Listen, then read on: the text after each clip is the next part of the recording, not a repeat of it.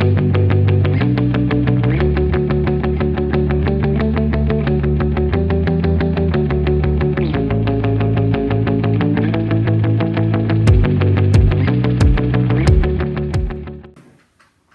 estimados amigos, les saludo de nueva cuenta con este nuevo video. El tema que hoy vamos a intentar desarrollar en este video es sobre el lenguaje. Lo que voy a intentar realizar es una pequeña explicación acerca de cómo se originó las palabras, cómo el hombre a lo largo de la historia le da un significado y una conceptualización a las letras del alfabeto y cómo llegó a formar palabras que tienen un significado muy especial para nosotros, e inclusive también cómo llegó a emitir ciertos sonidos, ciertas señales que para nuestra vida cotidiana pues tienen un sentido, un significado, ¿no? Que con el simple hecho de hacer alguna señal con las manos o algún gesto con la cara o con el cuerpo, pues prácticamente nosotros le damos un significado. Entonces vamos a intentar analizar esta teoría de cómo se originó el lenguaje. Bueno, en primera instancia cabe mencionar que el lenguaje en general pues es el uso de estos signos intersubjetivos, lo cual se entiende como aquellos signos que hacen posible la comunicación. Y estos signos que hacen posible la comunicación vienen a ser desde gestos, palabras articuladas o emisión de sonidos. Por este uso de los signos intersubjetivos se entienden dos cosas. La primera, la posibilidad de la elección de los signos, es decir, que el hombre a lo largo del pensamiento o a lo largo de la historia ha decidido cómo nombrar las cosas. Y el segundo aspecto por este uso de los intersubjetivos es la posibilidad de combinar tales signos en modos limitados y repetibles. Es decir, que el hombre le da el nombre a las cosas por esta combinación de las sílabas con las consonantes, por ejemplo, o al oír constantemente un ruido, pues fue articulando la palabra, ¿no? Un ejemplo sencillo podemos citar en este segundo momento es el sonido o el nombre, perdón, de la silla. Si nosotros arrastramos una silla, ¿no? Pues se escucha como ese rasgueo, ¿no? ¿no? O ese rechinar, ¿no? entre el piso. Entonces, al ver que se escucha ese sonido, pues el nombre lo indica, ¿no? Silla, ¿no? Por ese arrastre del metal, ¿no? O ese arrastre de la madera de este mueble, ¿no? Entonces, como lo empiezan a repetir, pues se les va formando las palabras, ¿no? Y prácticamente en este segundo momento se puede decir que las palabras nacen o el nombre de las cosas nacen por el sonido que emiten. Obviamente que no todas las palabras que nosotros conocemos o que se han descubierto, que se han inventado, nacen precisamente del sonido que emiten por sí solas estas palabras.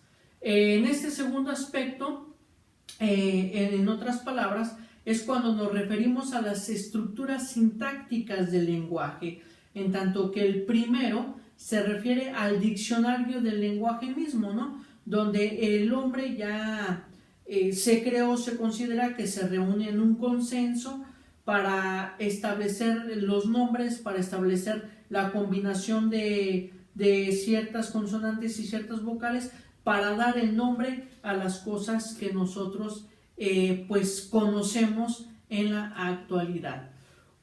El lenguaje, de alguna manera, se distingue de la lengua.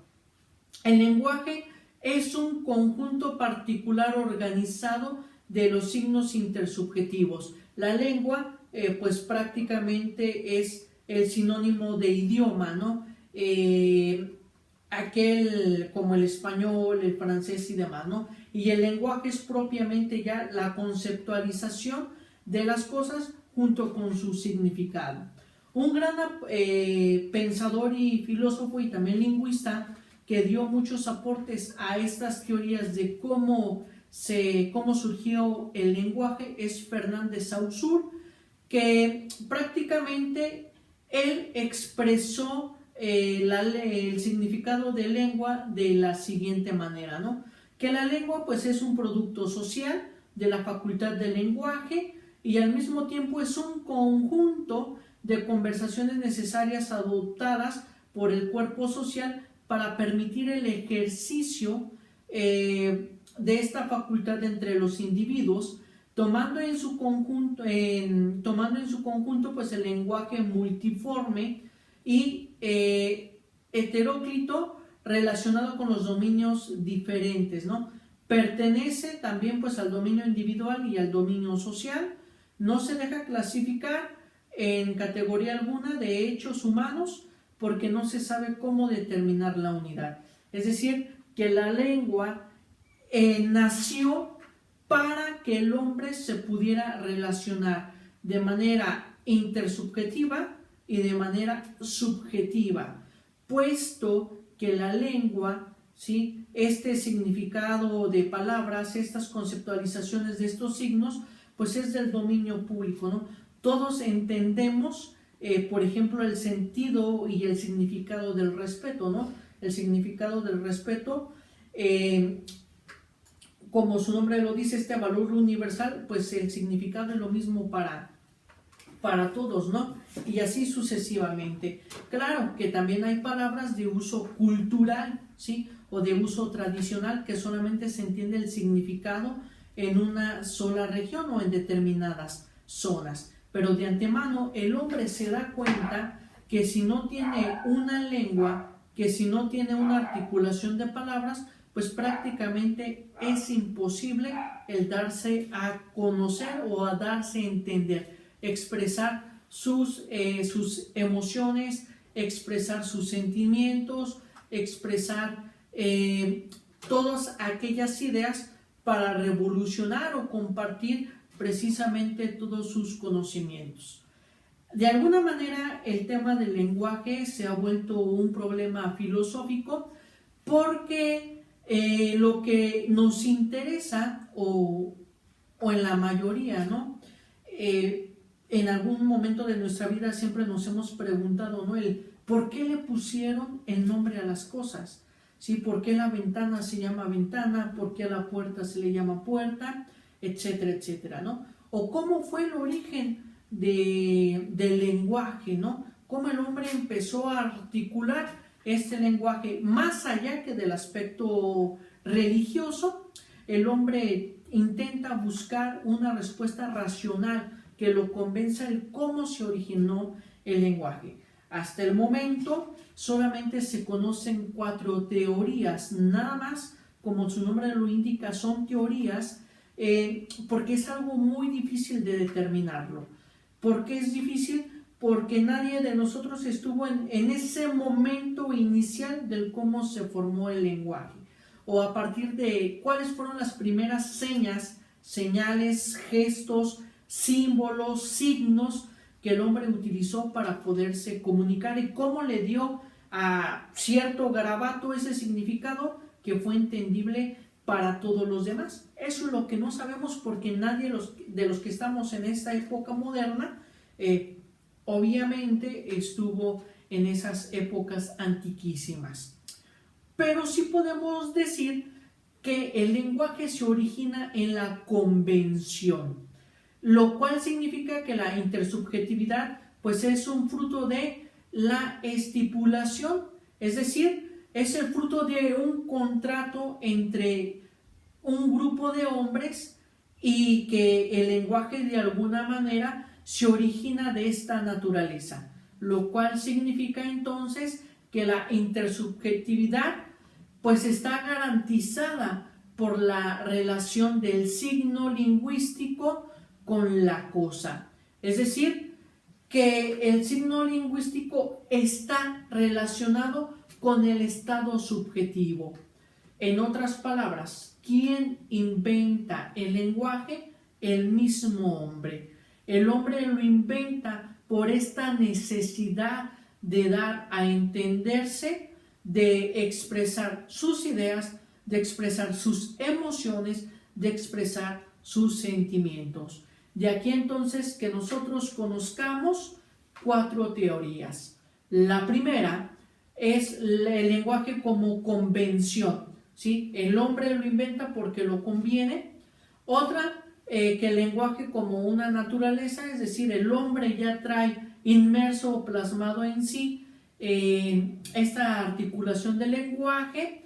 Y la tercera, el lenguaje como elección, es decir, no quedó otra y tenemos que elegir qué signos, qué símbolos determinamos para poder formular unas palabras o para podernos dar entender. Y la cuarta, el lenguaje como azar, es decir, de la mera casualidad, el hombre de la noche a la mañana desarrolló esta capacidad del lenguaje y como arte de magia, pues aparecieron las palabras. Bueno, vamos a desarrollar paso por paso cada una de estas 4 teorías que, como ya habíamos referido anteriormente, no están comprobadas al 100%, simplemente son teorías para responder a la pregunta filosófica sobre el origen del lenguaje. Analizar la primera teoría, que es el lenguaje como convención, cómo el hombre de alguna manera fue determinando pues esta cualidad o esta característica de que surge el lenguaje con esta convención que tuvo origen pues en los eleatas, en esta cultura elea. Aquí de alguna manera pues la inexpresibilidad del ser pues debía permitirles ver en algún momento qué palabras o qué etiquetas pues eran ilusorias a la realidad que ellos encontraban en su entorno, ¿no? Como de alguna manera tuvieron que buscar algo para expresar lo que la naturaleza les ofrecía dentro de su propia cultura o dentro de su civilización. El primero en dar un aporte acerca del lenguaje pues fue Demócrito, que de alguna manera trata de fundar una tesis de la convencionalidad en 4 argumentos, ¿no? El primero de ellos, la homonimia, es decir, que se da el mismo nombre a las diferentes cosas. La siguiente, la diversidad de nombres para una misma cosa. La tercera es la posibilidad de cambiar los nombres y la cuarta teoría es la falta de analogías en la derivación de los nombres, ¿no? De alguna manera se dan cuenta que no se les puede llamar por el mismo nombre a todas las cosas porque genera confusión y además no todas las cosas son parecidas o guardan las mismas características. Lo que sí se puede hacer, que nosotros ya lo hemos visto en estos momentos actuales, es que se le da el mismo nombre a los objetos que cumplen con la función, ¿sí? O con la causa final, como diría Aristóteles, ¿no? ¿Cuál es la función? Por ejemplo, una mesa puede ser cuadrada, redonda, triangular, rectangular, etcétera, pero cumple con esa funcionalidad, ¿no? De ser una mesa, ¿no? Cumple con esas primeras características de lo que es una mesa. Anteriormente no era una mesa porque no cumplía con el significado, ¿no? de la palabra mesa, ¿no? Que decía, pues tenía que tener 4 patas, con una superficie plana, etcétera, etcétera, ¿no? Entonces, si era de una sola pata y la superficie era redonda, pues prácticamente no surgía o no serviría como una mesa propiamente, porque no cumple esas características esenciales de esa primera definición, ¿no? Por eso aquí en Demócrito, pues estas teorías no pueden ser, porque falta ciertas analogías en la derivación de los nombres, ¿no? Es decir, puede tener el mismo nombre la cosa, a pesar de que sus características son completamente diferentes, ¿no? O lo contrario, ¿no? No puede tener el mismo significado o el mismo concepto aquel objeto, a pesar de que son semejantes las estructuras, ¿no? Se me viene a la mente en estos momentos, ¿no? El escritorio y la mesa, pues pudiéramos decir que entre comillas guardan la misma estructura o la misma dimensión, o que el hombre los hace funcionar con la misma finalidad que tiene el escritorio a la mesa y la mesa al escritorio, ¿no? Entonces, este es un gran problema, ¿no? de confusión. Por eso a veces el hombre pues entiende las cosas a manera diferente. Sí tiene que ver con el pensamiento, con su estructura cultural, su estructura de educación y demás, pero el desarrollo o el entorno de las cosas parecidas pues nos hacen que nos confundamos en estas expresiones, ¿no? Otro autor de esta teoría pues es nada más y nada menos que Gorgias, donde dice que el lenguaje no manifiesta las cosas existentes, precisamente como una cosa existente no manifiesta la propia naturaleza que guardan en sí mismo los objetos. Es decir, que la lengua es un invento del hombre, ¿sí? No manifiesta la realidad de las cosas, ¿no? Y esto es un gran problema. Cuando a veces el hombre se siente muy emocionado, ¿sí? Por lo regular casi siempre dice, no tengo palabras para expresar esta emoción o esta alegría que siento en estos momentos, ¿no? O se cautiva con un paisaje maravilloso, el hombre dice, ¿no? Es que no puedo describir la naturaleza, no puedes describir la belleza que veo en este paisaje, ¿no? Entonces, el lenguaje, pues prácticamente no expresa la realidad o la verdad de las cosas. ¿Por qué? Porque el lenguaje es limitado, ¿sí? Y ese es el problema del lenguaje, que el lenguaje es limitado. A pesar de que el diccionario esté plasmado de muchas palabras, el hombre no puede expresar la realidad por completo, ¿sí? ¿Qué es lo que sucede en este momento? Que el hombre, entonces, para expresar la realidad de las cosas, inventa las artes, ¿sí?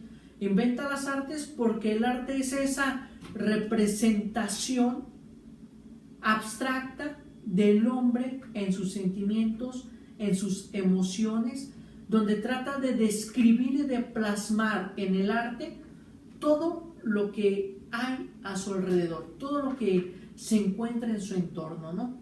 Por eso me atrevo a decir que el lenguaje por excelencia pues es el lenguaje poético, ¿sí? ¿Por qué el lenguaje poético? Por toda esta interpretación que maneja este lenguaje poético que el hombre le da, ¿no? Y que en este lenguaje poético el hombre encuentra muchas verdades, el hombre se siente identificado, ¿sí? El hombre se siente comparado con ese poema, porque son vivencias que el hombre ha pasado, ¿no? O se siente identificado con esa pintura, con esa música, con esa escultura, porque precisamente ese lenguaje alcanza a expresar la realidad de las cosas, pero por medio de la interpretación. Es por ello que un poema si lo leen 30 personas, vamos a tener 30 experiencias completamente diferentes, ¿no? Si vamos a un museo y contemplamos una pintura claroscura, por decirlo así, va a haber personas que se vayan más por el lado claro o personas que se vayan más por el lado oscuro, ¿no? Donde manifiesten de acuerdo a sus sentimientos, a sus emociones, a la realidad y al contexto con el cual están pasando.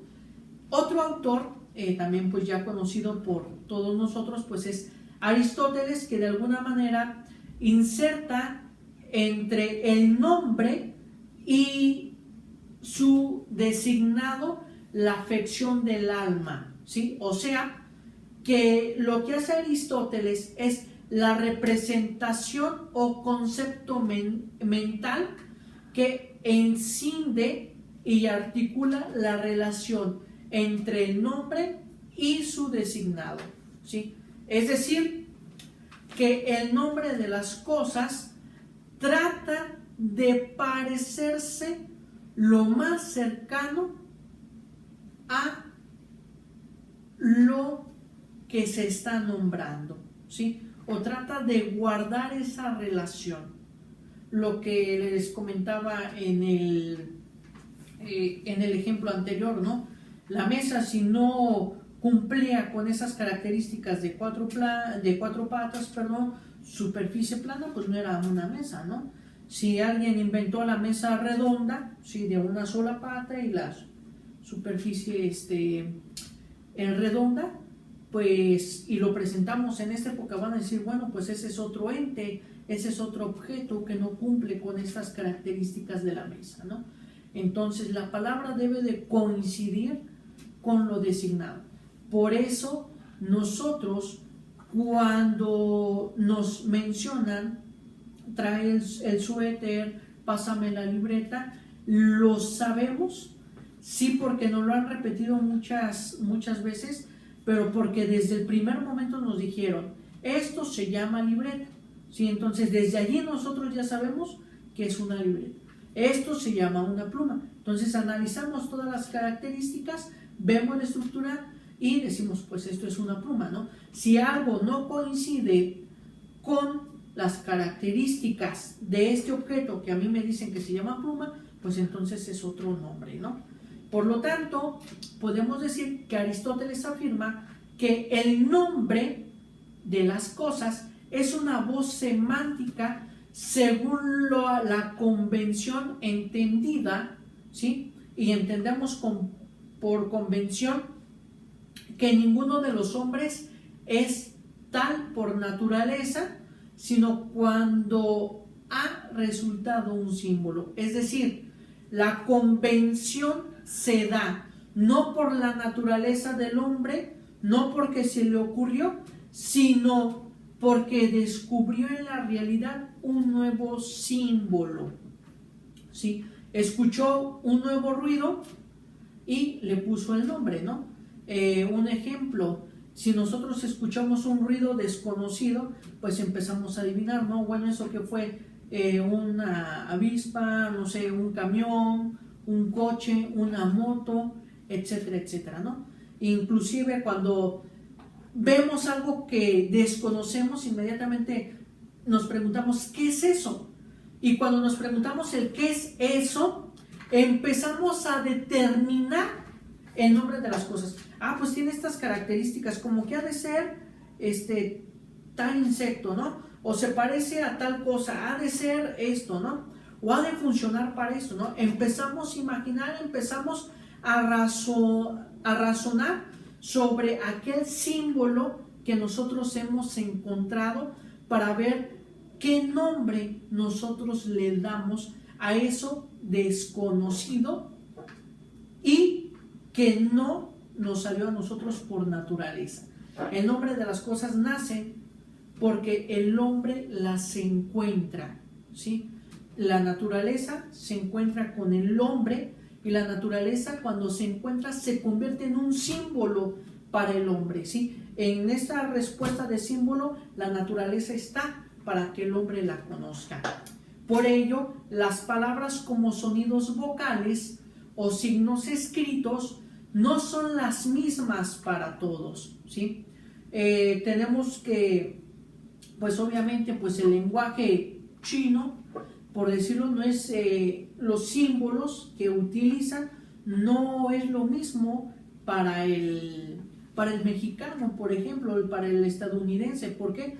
Porque tienen símbolos diferentes, ¿no? Las letras del alfabeto son diferentes, ¿sí? Sin embargo, lo que sí es lo mismo son las significaciones, ajá, las conceptualizaciones. ¿Por qué? Porque el lenguaje es universal, ¿sí? Entonces, a pesar de que los chinos hagan ciertos simbolismos para decir esta, o así se escribe la palabra respeto, y que en América Latina y en los demás países utilicen sus símbolos gramaticales para decir esto es respeto, así se escribe la palabra respeto, lo que sí es lo mismo es el significado que se le da a la palabra respeto, por decirlo así. Ajá. Eso sí es lo mismo, ¿sí? ¿Por qué? Porque se refieren pues a estas afecciones del alma, ¿sí? Que son las mismas para todos y que constituyen imágenes de objetos que son los mismos para todos, ¿sí? Sucede algo parecido como las matemáticas, ¿no?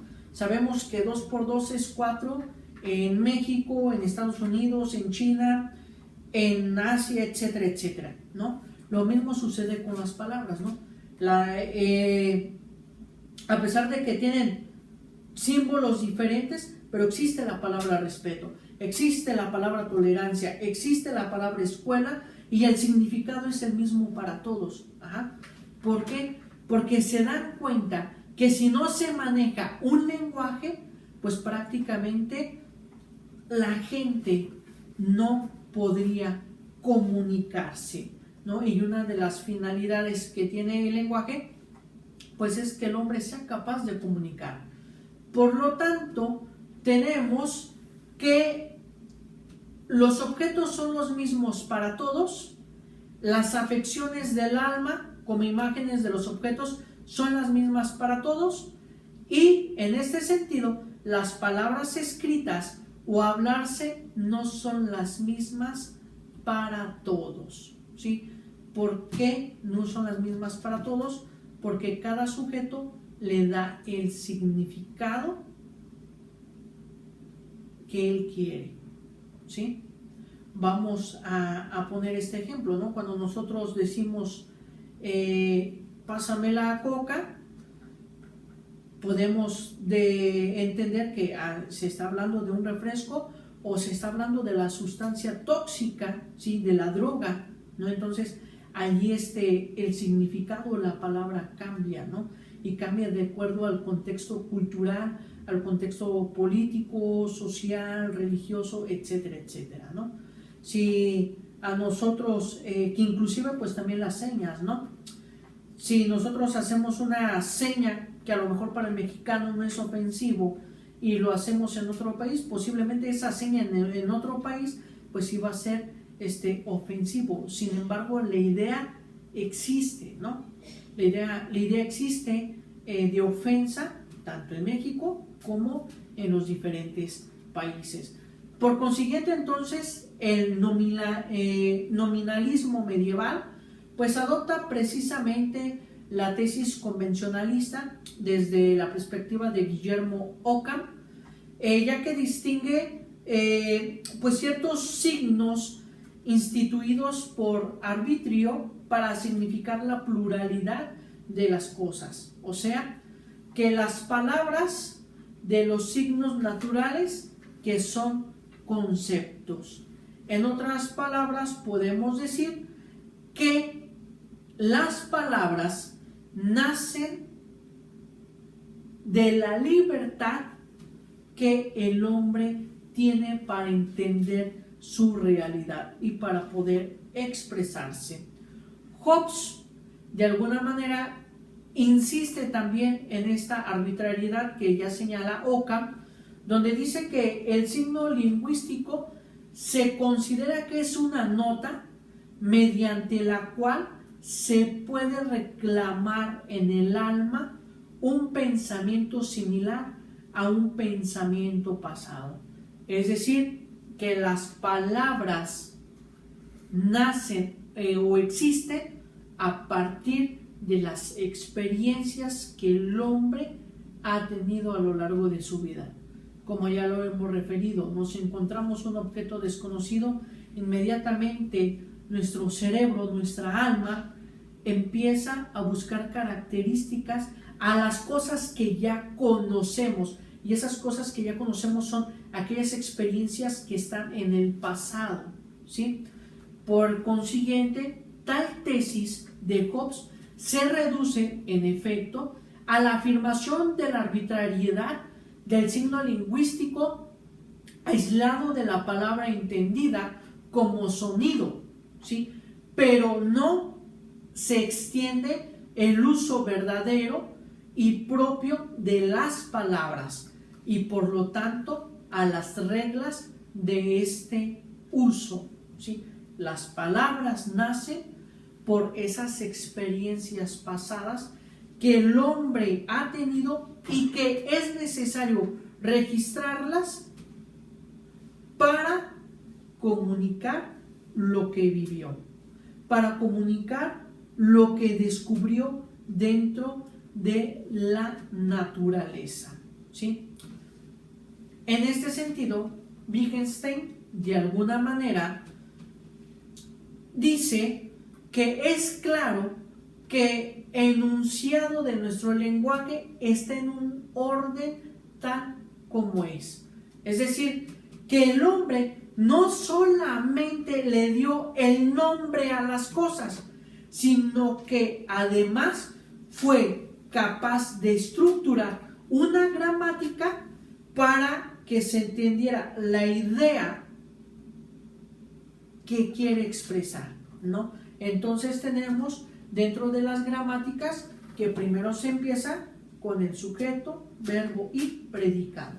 Y el orden de este enunciado, de esta oración, entonces a nosotros nos va a dar esa idea de lo que nosotros queremos expresar. Y vamos a poder entablar un diálogo por esa articulación gramatical que el hombre inventó para dar a conocer sus experiencias. Por tal motivo, entonces, el ideal debe de ser hallado en la realidad, ¿sí? Hasta tanto no hayamos visto aún cómo se encuentra en ella, no vamos a comprender la naturaleza de este deber, ¿sí? O de este debe, ¿sale? De cómo se debió hacer el lenguaje, cómo debe de ser el lenguaje. ¿Por qué? Porque pensamos que debe de estar en la realidad, porque creemos haberlo visto ya. Y estas son las respuestas, ¿no? Cuando un niño pregunta, oye mamá, ¿por qué la puerta se le llama puerta? Ay, porque así siempre se le ha dicho puerta, ¿no? Entonces, porque siempre se le ha dicho puerta, pues así se le llama. ¿Y quién le puso puerta? ¿Quién sabe? ¿Sí? Nosotros consideramos que se llama puerta porque por tradición, por cultura, por año tras año, día con día, se le ha dicho o se le ha designado ese nombre. ¿Por qué? Y además lo creemos y lo afirmamos. ¿Y por qué lo creemos y lo afirmamos? Porque nosotros consideramos imaginativamente que estuvimos en ese momento, ¿no? ¿Por qué se le llama puerta? Ah, porque así le pusieron los hombres, ¿no? Ah, caray, ¿y a ti quién te consta, no? Que le pusieron así el nombre de puerta, ¿no? ¿Quién estuvo? ¿Quién participó? ¿Sí? Afortunadamente esas palabras no las dicen los niños, pero si alguien se pusiera en ese plan, allí ya no cabría nuestra respuesta de decir, oye, de veras, ¿no? ¿Quién le puso puerta, no? Yo estoy afirmando que ya se le puso el nombre de puerta o ya se le puso el nombre de ventana, pero ¿por qué? ¿Sí? ¿Cómo se llegó a establecer este nombre?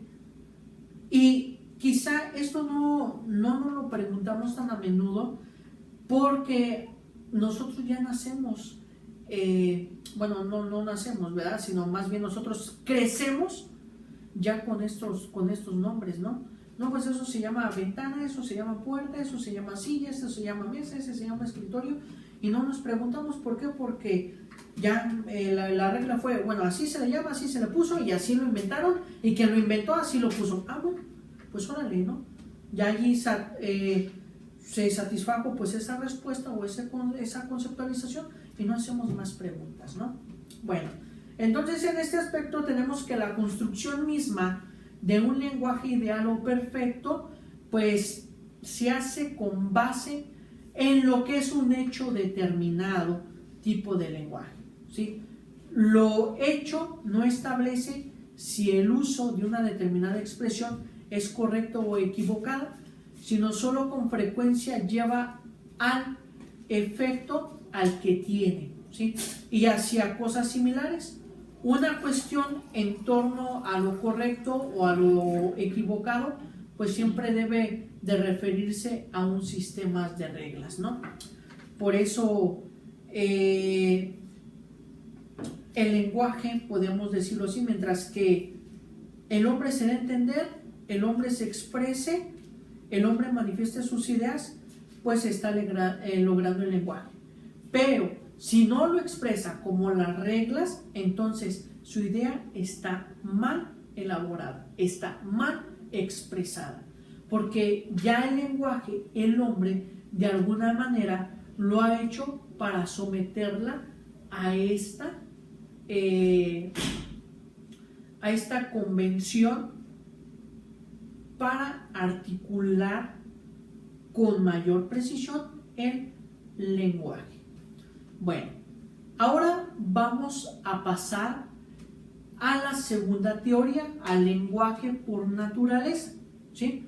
Bueno, tenemos que en esta segunda teoría, en esta doctrina que enuncia que el lenguaje es por naturaleza y que la relación entre el lenguaje y el objeto se establece por la acción causal de este último, está asimismo caracterizada por el reconocimiento de la necesidad de la relación semántica, ¿sí?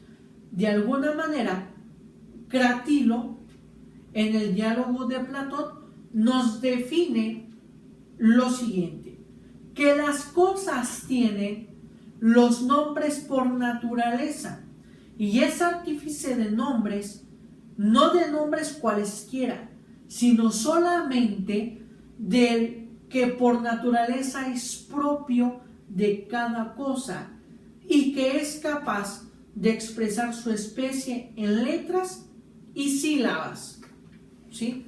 Es decir, el nombre de las cosas corresponde a la funcionalidad de las cosas, ¿sí? A la funcionalidad de las cosas o al desprendimiento de las cosas. Ejemplo, podemos decir que la palabra meseta posiblemente se derivó de la palabra mesa o viceversa, ¿no? A alguien se le ocurrió decir que un cerro de determinada estructura pues se le llama meseta, ve a una estructura hecha por el hombre que tiene esa misma estructura plana, ¿sí? Pues posiblemente se le puso mesa, ¿no? Porque se parece a esa realidad, a ese paisaje, a esa naturaleza, ¿sí? Bueno, en esta doctrina encontramos 4 teorías. La primera, la teoría de la interjección. La segunda, la teoría de la onomatopeya. La tercera, la teoría de la metáfora. Y la cuarta, la teoría de la imagen lógica. Vamos a analizar cada una de estas teorías. La primera teoría, la teoría de la interjección. Bueno, Epicuro nos define lo siguiente: que las palabras no son creadas en principio, ¿sí?, por convención, sino que es la misma naturaleza humana la que, influida por determinadas emociones y en vista de determinadas imágenes, hace que los hombres emitan en el aire en forma apropiada sus emociones e imágenes particulares. Las palabras son en principio diferentes por la diversidad de persona, ¿sí? Por la diversidad de el hecho, que también depende de los lugares, pero después se hacen comunes para que sus significados de alguna manera sean menos ambiguos y más rápidamente comprensibles, ¿sí? Es decir, que el lenguaje nace a partir de los sentimientos y emociones que el hombre manifiesta internamente a partir de la comprensión de su propia realidad, ¿sí? A partir de allí nace el lenguaje, ¿sí? Por esta necesidad de expresar lo que sucede en su interior. Bien, la teoría de la onomatopeya. Max Müller dice que en esta teoría, o el lenguaje, es la que afirma que las raíces lingüísticas son limitaciones de sonidos naturales, ¿sí? Lo que ya les comentaba anteriormente, ¿no? Arrastramos un objeto y el sonido que emite, se articula la palabra, ¿no? Lo más parecido, ¿no?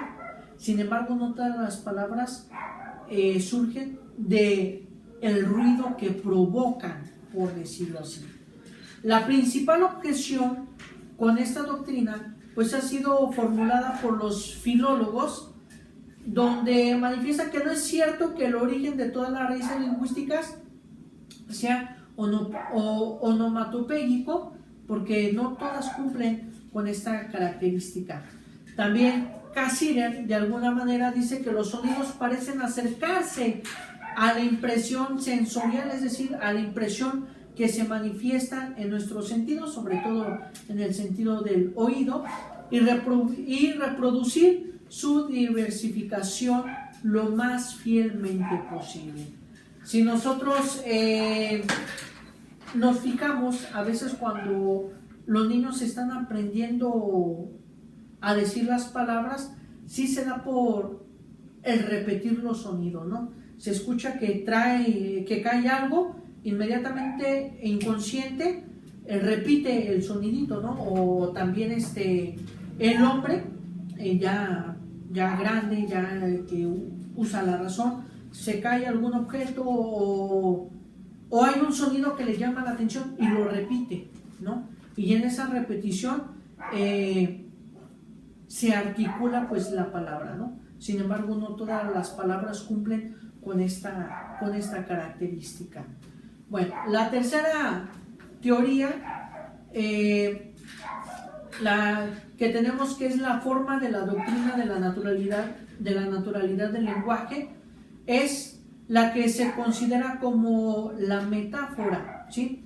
En primer lugar, que el lenguaje no es imitación, sino que el lenguaje es creación del hombre, ¿sí? El hombre crea el lenguaje.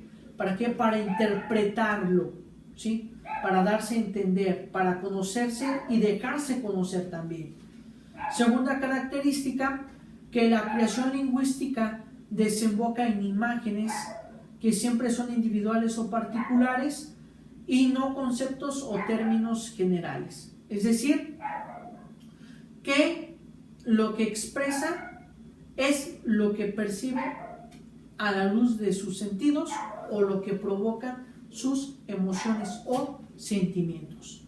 Tercera característica es lo que la creación lingüística expresa no es un hecho objetivo o racional, sino es un hecho subjetivo o sentimental, y tal es justo el objeto del lenguaje. Es decir, el hombre siempre expresa lo que siente. Ya Vico, de alguna manera, señala que los poetas les dieron el nombre a las cosas mediante las ideas particulares y sensibles, construyendo las dos fuentes de la metonimia, ¿sí? Que es dar o poner un nuevo nombre, ¿sí? Y de la sinécdoque, que es modificar el significado. Por eso tenemos palabras que tienen más de un significado de acuerdo al contexto en el cual se esté desarrollando la conversación. Generalmente tenemos que la metáfora es la forma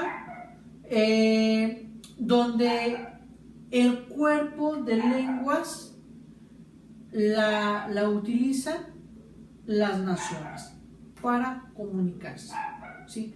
Este lenguaje figurado lo utilizan en todas las regiones para precisar el lenguaje o la idea que quieren encontrar o manifestar.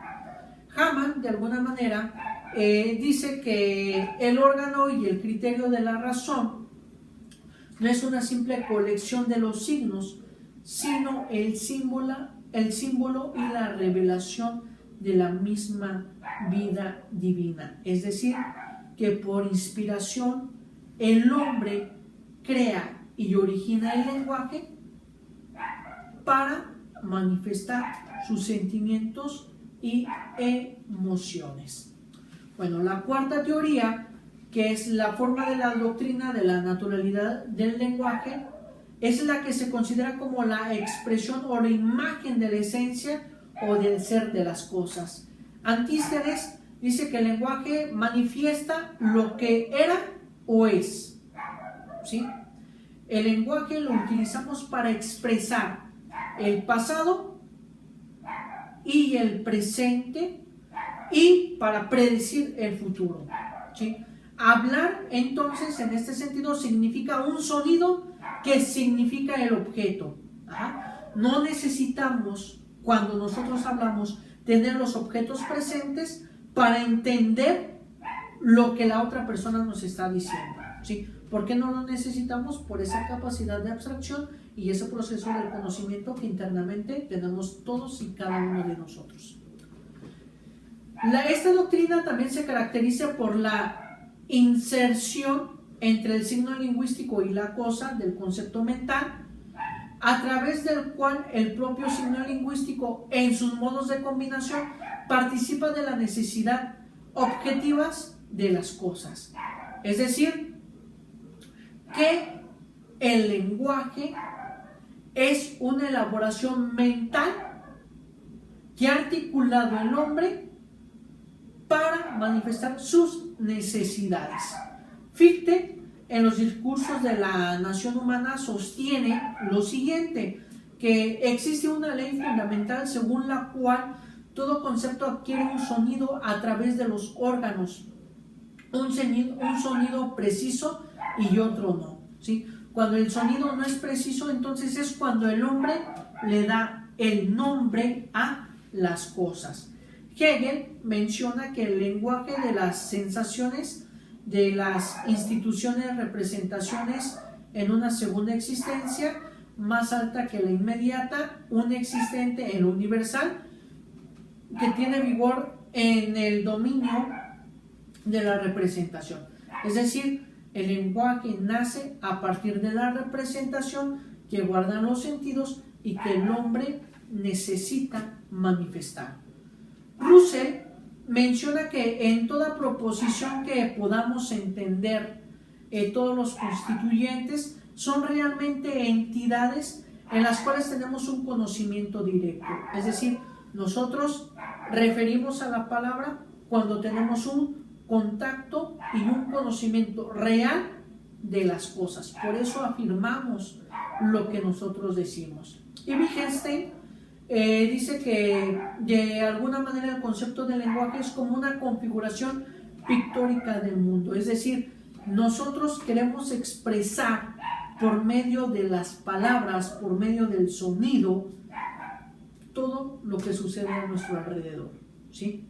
¿Por qué? Porque no podemos llevar a esa persona al paisaje donde ya que nos impresionó. Sí, ¿por qué no la podemos llevar? Porque posiblemente si regresamos el paisaje ya no va a ser el mismo, sí, ya va a tener otros elementos diferentes, o si vemos que ocurrió un accidente, si vamos con la persona que platicamos cómo estuvo el accidente y la queríamos llevar, pues obviamente ya no van a estar los vehículos porque pues ya llegó peritos, ya los movió, etcétera, etcétera. Sí, entonces el lenguaje es esta visión pictórica que tenemos de la realidad de las cosas, ¿no?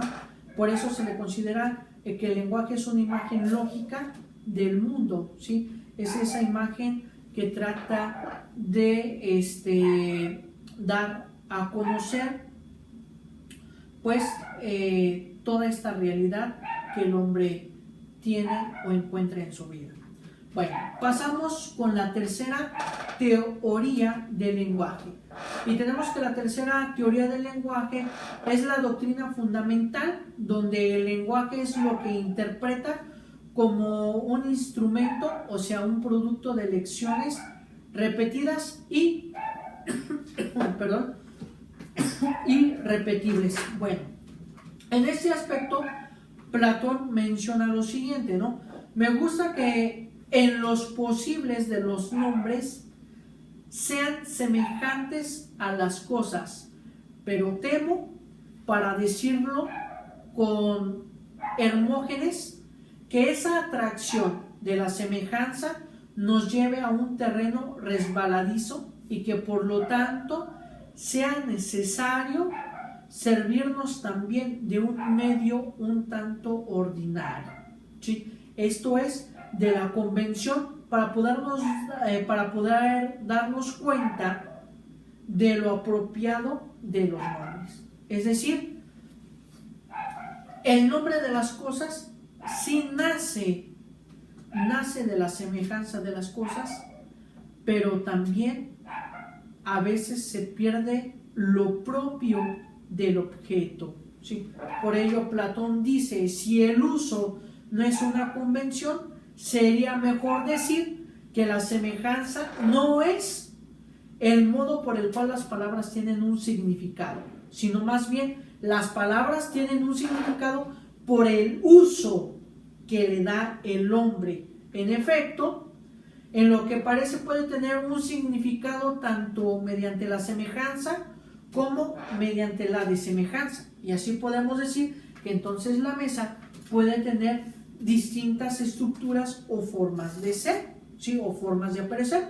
Puede ser una mesa cuadrada, rectangular, triangular, redonda, grande, pequeña, etcétera, etcétera, ¿sí? Porque el significado se da de acuerdo al uso, no se da a si se parece o no a el objeto. Ajá.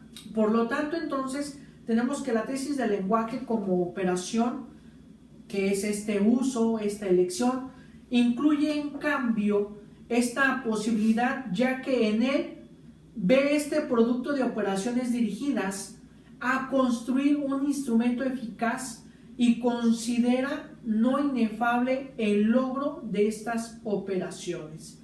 El fundamento objetivo, pues, de tal posibilidad es que el discurso nace de una unión recíproca de las especies y que las especies no son ni todas unidas en su conjunto ni todas separadas, sino que algunas pueden unirse y otras no. Las posibilidades del lenguaje entonces quedan limitadas, por lo tanto, por las posibilidades de combinación de las especies o formas de ser. Es decir, que a pesar de que hay cosas que son semejantes, tienen algo diferente, un uso diferente, ¿sí? Y ese uso diferente es lo que va determinando su significado, porque cumplen con otra forma de ser, ¿sí? Y a pesar de que la cebra tenga la misma estructura que el caballo, ambas especies no van a ser o no van a tener el mismo nombre porque tienen una forma de ser diferente. Y es aquí cuando nacen los géneros o las clasificaciones de las especies, para que el hombre pueda diferenciarlas por esas estructuras o formas de ser que tienen cada una de las especies. A pesar de que sean semejantes, tienen un ser completamente diferente, y gracias a ese ser que los hace ser diferentes, tienen un nombre distinto a los demás. Leibniz, por su parte, dice o afirma: yo sé que suele decir en las escuelas y en todas partes que los significados de las palabras son arbitrarias. Y es cierto, no están determinadas por una necesidad natural, que lo son. No obstante, ¿sí?, a causa de razones naturales, en las causas participa el azar. Es decir, el nombre de las cosas nace de la mera casualidad, ¿sí? Nace de la mera casualidad porque no determina la realidad de las cosas. Bueno, el hombre se pone a reflexionar, no solo cuando percibe todas las cualidades de un objeto vivido y claramente visto, sino también cuando puede reconocer una o más cualidades como esas cualidades distintas, ¿sí? Es decir, ¿con qué medios se efectúa este reconocimiento? Mediante la capacidad de abstracción, ¿sí? Por eso nosotros podemos diferenciar a las especies a pesar de que tienen las mismas características, las mismas cualidades. No podemos concebir entonces el lenguaje como si se empezara por una designación de los objetos mediante las palabras y procediera luego la organización de las palabras mismas. En realidad, el discurso no está compuesto de palabras que lo proceden, sino que por el contrario, las palabras nacen en el discurso en su totalidad. Es decir, las palabras nacen con una intencionalidad, las palabras nacen con una causa.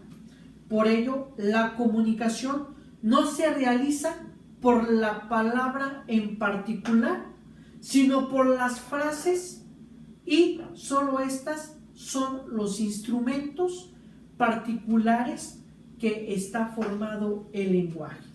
Y esto último, pues prácticamente cierra esta teoría, ¿sí? Bueno, pasamos a la cuarta y última teoría, ¿sí?, que es el lenguaje como esa posibilidad de azar, que de alguna manera ya retomamos al último en esta tercera teoría, donde dice Herder que si consideramos la lengua como la totalidad de los signos lingüísticos más su posibilidad de acudir en el discurso individual y por lo tanto los diferentes modos en los cuales el signo puede suceder al mismo tiempo que las frecuencias relativas de los diferentes signos en el uso efectivo, la concepción responde a todas las exigencias de lo que denomina la población estadística de tales acontecimientos o su universo estadístico, todo el enunciado individual. Es decir, el lenguaje nace a partir de esa causalidad de manera individual que el hombre tiene para expresar su lenguaje. El hombre nace a partir de ese azar, de esa casualidad que el hombre vio para poderse manifestar. Bueno, mis estimados amigos, pues hasta aquí con este tema de la teoría del lenguaje, algo difícil, algo complicado, porque en sí no está determinada todavía cuál fue el origen del lenguaje. Sin embargo, estas pistas responden a esta pregunta, ¿no? ¿Cómo se originó el lenguaje? Por convención, por azar, por repetición de los sonidos, por todas esas cualidades que guarde el signo, ¿no? Y que de alguna manera podemos decir en conclusión que el lenguaje nace, el lenguaje se origina a partir que el hombre siente en su interior la necesidad de manifestar su pensamiento, sus sentimientos y sus emociones. Bueno, estimados amigos, esperemos que les haya servido este tema de reflexión. Los invitamos a que se inscriban a nuestro canal de YouTube que lleva por nombre Jorge Gasca y que nos sigan en nuestra página de Facebook que lleva por nombre Filosofía y Educación, Alimento para el Intelecto. Les agradezco su atención y nos vemos en el próximo video. Gracias.